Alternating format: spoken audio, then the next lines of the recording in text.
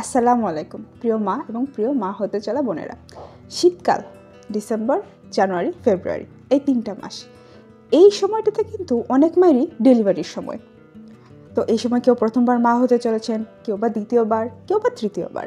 কিন্তু আপনি জানেন কি, এই শীতকালে আপনার করা, নিজের করা কিছু ছোট ছোট ভুলের কারণে আপনার নিজের এবং আপনার অনাগত সন্তানের বড় ধরনের মারাত্মক ক্ষতি হতে পারে। তো এই ক্ষতির থেকে তো আপনাদেরকে বাঁচাতে হবে।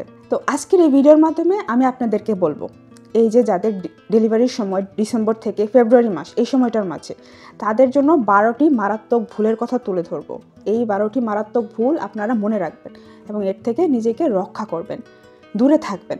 আর বলে দিব কিভাবে কি করবেন, কিভাবে নিজেকে ভালো রাখতে পারবেন এই শীতকালের সময়টা, কিভাবে ডেলিভারিটা আপনি প্রিপেয়ার করবেন, সব বিস্তারিত বলবো সহজভাবে।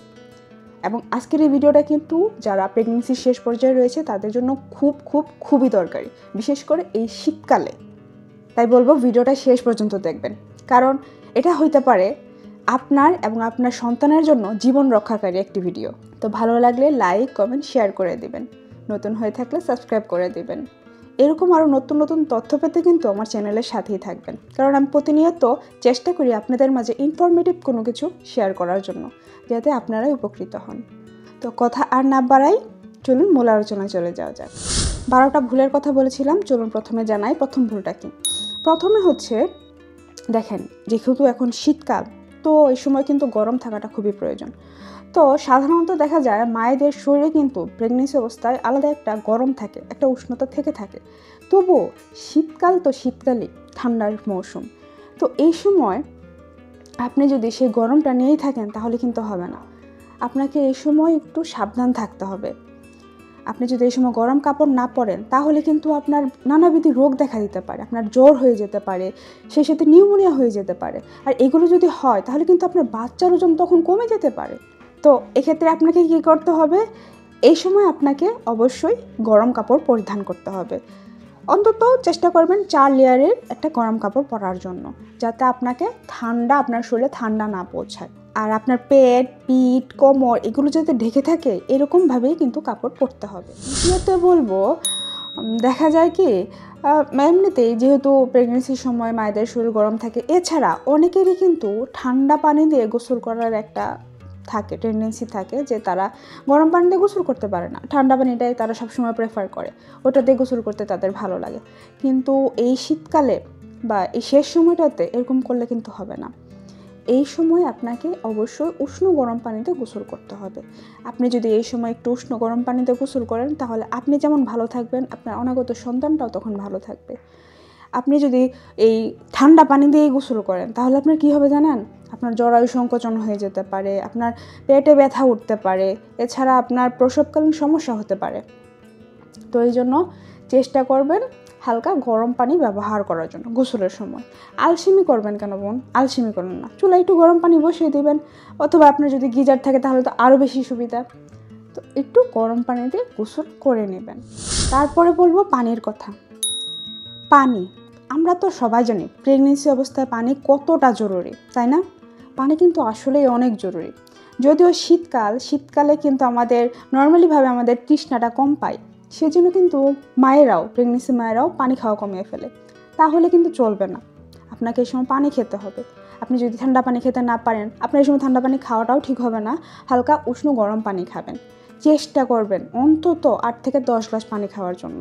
কারণ কি, আপনি যদি ঠিকমতো পানি না খান তাহলে কিন্তু আপনি ডিহাইড্রেশনে ভুগে যাবেন, আপনার ইউরিন ইনফেকশন দেখা দিতে পারে।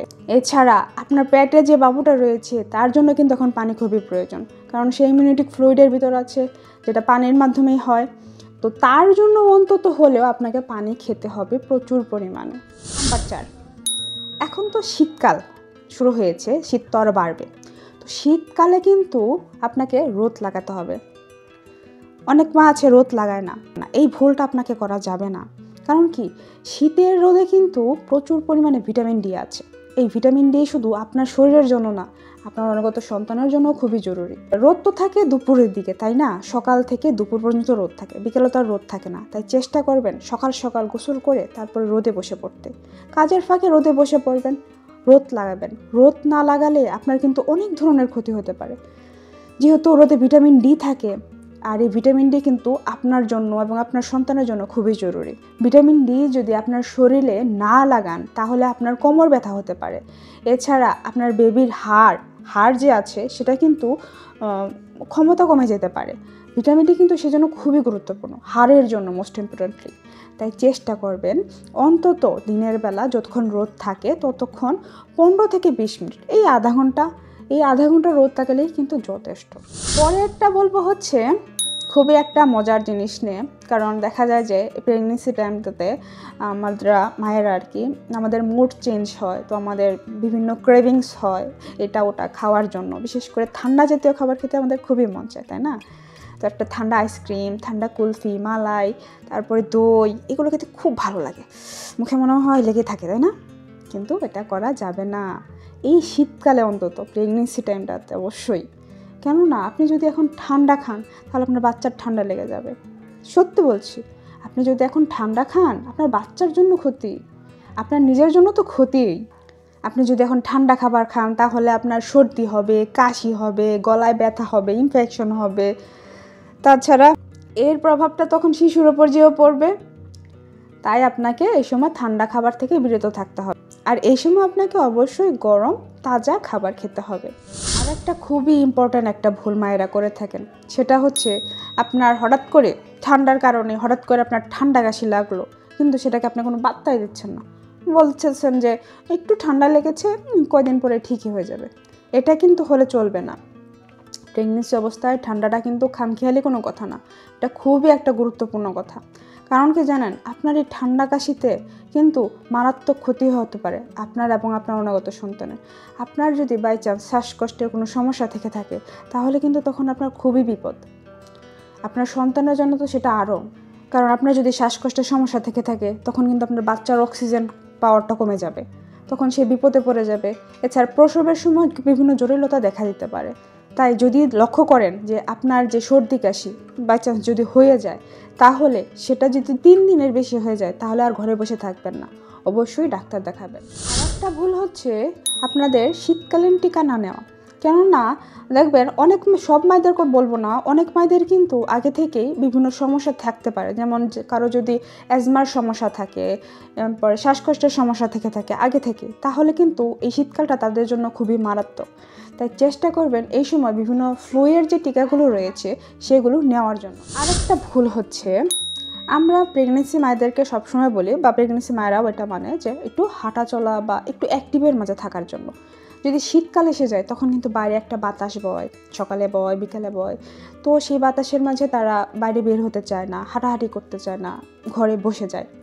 তো এই সময় যদি আপনি হাঁটাহাঁটি না করেন, আপনি হাঁটাহাঁটি বন্ধ করে দেন, তাহলে কিন্তু বিপদ। কেননা আপনি যদি হাঁটাহাঁটি বন্ধ করে দেন, শরীর অ্যাক্টিভ না থাকে, তাহলে কিন্তু আপনার শরীর অবশ হয়ে যাবে, আপনার অতিরিক্ত ওজন বেড়ে যেতে পারে, এক্সট্রা ওজন। তারপর আপনার ব্লাড প্রেশার বেড়ে যেতে পারে, যা কিনা গর্ভাবস্থার জন্য খুবই ঝুঁকিপূর্ণ। আপনি যদি সিজারও করতে যান তখন কিন্তু প্রেশারের জন্য আপনার সিজার হবে না। বা চাইলে আপনি প্রেগনেন্সি যে এক্সারসাইজগুলো রয়েছে সেগুলো ঘরের ভিতর করতে পারেন। প্রেগনেন্সি এক্সারসাইজ নিয়ে কিন্তু আমাদের চ্যানেলে একটি ভিডিও আছে, খুব ভালো একটি ভিডিও, আপনারা চাইলে সেটা দেখে নেবেন। আশা করি আপনাদের ভালো লাগবে, আপনি উপকৃতও হবেন। এই পর্যায়ে আপনাদের জন্য একটা কুইজ দিলাম। আচ্ছা, আপনি কি প্রেগনেন্সি অবস্থায় কোন ব্যায়ামটি সবচেয়ে বেশি করেছেন? আপনি প্রেগনেন্সি অবস্থায় হেঁটেছেন পুরো প্রেগনেন্সিতে, নাকি কোনো ব্যায়াম করেছেন? সেটা আমাদের কমেন্টস বক্সে জানাবেন। পরের ভুলে আসা যাক। পরের ভুলটা হচ্ছে মারাত্মক একটা ভুল। অনেকেরই অভ্যাস থাকে যে ফ্লোরে খালি পায়ে হাঁটা, বিশেষ করে রাতের বেলা কিংবা সকালবেলা, এই সময়টা কিন্তু খুব ঠান্ডা থাকে, ফ্লোর তো অনেক ঠান্ডা থাকে। তো আপনি যদি ফ্লোরে খালি পা হাঁটেন তাহলে কিন্তু খুবই বিপজ্জনক, কারণ ফ্লোরের ঠান্ডা কিন্তু আপনার পা ঠান্ডা করে দেবে, আপনার পা বরফ হয়ে যাবে এবং সেই ঠান্ডাটা আপনার কোমরে যেয়ে উঠবে, তো আপনার কোমর ব্যথা উঠবে। এছাড়া আপনার ইউরিন ইনফেকশনও দেখা দিতে পারে এই সময়। তো আপনি এই সময় ফ্লোরে খালি পায়ে হাঁটবেন না, চেষ্টা করবেন স্যান্ডেল পরার জন্য, কিংবা আপনি মোজা পরে হাঁটতে পারেন। সুন্দর সুন্দর জুতাও কিন্তু আছে শীতের জন্য পরার জন্য, সেগুলো চেষ্টা করবেন পরার জন্য। পরের ভুলটা তো মারাত্মক ভুল। এই সমস্যাটা যদিও প্রেগনেন্সির শুরুতেও হয়ে থাকে অনেকের, কোষ্ঠকাঠিন্য সমস্যা যেটা নিয়ে বলছি। তো শীতে এই কোষ্ঠকাঠিন্য সমস্যাটাকে কিন্তু অনেকে অবহেলা করেন, এটা কিন্তু অবহেলা করলে চলবে না। শীতের সময় এই কোষ্ঠকাঠিন্য সমস্যা আরও বেশি বেড়ে যেতে পারে, কারণ আপনি পানি কম খেতে পারেন সেই জন্য। এছাড়া কোষ্ঠকাঠিন্য সমস্যা যদি আপনার বেশি বেড়ে যায় তাহলে কিন্তু আপনার পাইলসের মতো সমস্যা দেখা দিতে পারে। তাছাড়া আপনার তলপেটে প্রচণ্ড চাপ পড়তে পারে, যার ফলে আপনার পেটে ব্যথা হতে পারে। এছাড়া ডেলিভারির সময় কিন্তু তখন কষ্ট হতে পারে। তাই কোষ্ঠকাঠিন্যকে কখনো অবহেলা করবেন না। কোষ্ঠকাঠিন্য থেকে কিন্তু রক্ষা পাওয়া খুবই সহজ। আপনি যদি কিছু নিয়ম মেনে চলেন তাহলে কিন্তু আপনার কোষ্ঠকাঠিন্য থেকে আপনি নিজেকে দূরে রাখতে পারবেন। কিভাবে? আপনি আঁশযুক্ত খাবার খাবেন আর পানি খেতে হবে। যদিও এখন শীতকাল, তাই আপনাকে হালকা কুসুম গরম পানি খাবার খেতে হবে। ফল খেতে পারেন, ফল কিন্তু কোষ্ঠকাঠিন্য থেকে দূরে রাখে। আর শীতকালে কিন্তু প্রচুর সবজি পাওয়া যায় বাজারে, বিভিন্ন রকমের কালারের সবজি পাওয়া যায়, অলরেডি উঠে গেছে। তো আপনারা চেষ্টা করবেন সেই শাক সবজিগুলো খেতে, যার ফলে কিন্তু আপনার এই কোষ্ঠকাঠিন্যের সমস্যা থেকে আপনি নিজেকে রক্ষা করতে পারবেন। একটা মারাত্মক ভুল হচ্ছে, আপনারা শীতকালে যে যাদের ডেলিভারির সময়, তাদের অনেকেই এই ডেলিভারির সময়টাকে গুরুত্ব দেন না। যে বলেন যখন ডেলিভারির সময় আসবে তখন দেখা যাবে, এখন এত চিন্তা নিয়ে কী হবে, তাই না?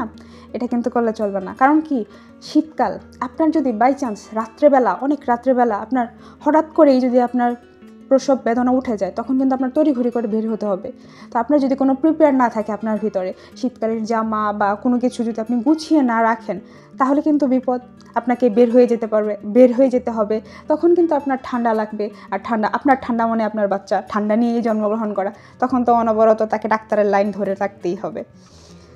বাচ্চা হওয়ার পরে যদি বাচ্চার ঠান্ডা লাগে তাহলে কিন্তু বাচ্চাকে আইসিইউতে ভর্তি রাখতে হয়, আর সেই কষ্টটা বোন আপনাকে অনেক কষ্ট দিবে, যা বলার বাহিরে। যাই হোক, বিভিন্ন কারণে কিন্তু আপনার প্রিপেয়ার থাকতে হবে, কারণ হাসপাতালে আপনার গাড়ি পেতে দেরি হতে পারে, তারপরে হাসপাতালে ব্যাগ গোছানো না থাকলে আপনার দেরি হতে পারে। তাই বলবো, আগে থেকেই আপনার ডেলিভারির ব্যাগটা গুছিয়ে রাখবেন।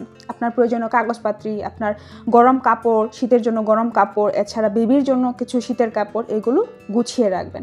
তাতে আপনার ডেলিভারির সময় এত তাড়াহুড়া করে আপনার কোনো কিছু ভুল হবে না।